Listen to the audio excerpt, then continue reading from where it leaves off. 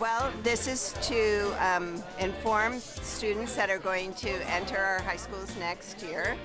So it's middle school students and their families to look at all the programs that we offer and all the academies we offer in the career technical education area.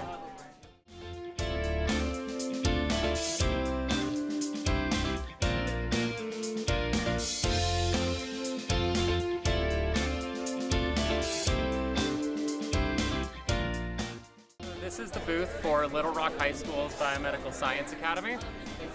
We are a 4-year program out in Little Rock that ranges from teaching about things like crime scene investigation, to working in a doctor's office, learning how to do things like phlebotomy, to even emergency medical response, like how to stop bleeding, and even a lot more cool and creative things like 3D printing.